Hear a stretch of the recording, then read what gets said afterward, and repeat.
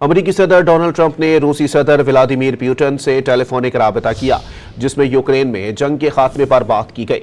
अमेरिकी अखबार New York post के मुताबिक ये 2022 के बाद रूसी सदर पुतिन और किसी भी अमेरिकी सदर के दरमियान पहला बराह रास्त राबता है।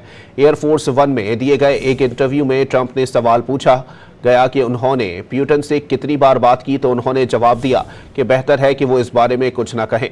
डोनाल्ड ट्रंप ने वाजे किया कि पुतिन चाहते हैं कि लोगों की हलाकतें ना हो, ताहम उन्होंने मजीद तफसीलात नहीं बताई। यूक्रेन में जंग के खात्मे पर बात की गई। अमेरिकी अखबार न्यूयॉर्क पोस्ट के मुताबिक ये 2022 के बाद रूसी सदर पुतिन और किसी भी अमेरिकी सदर के दरमियान पहला बराह रास्त राबता है। एयरफोर्स वन में दिए गए एक इंटरव्यू में ट्रंप ने सवाल पूछा गया कि उन्होंने पुतिन से कितनी बार बात की, तो उन्होंने जवाब दिया कि बेहतर है कि वो इस बारे में कुछ न कहें। डोनाल्ड ट्रंप ने वाजे किया कि पुतिन चाहते हैं कि लोगों की हलाकतें ना हो, ताहम उन्होंने मजीद तफसीलात नहीं बताई।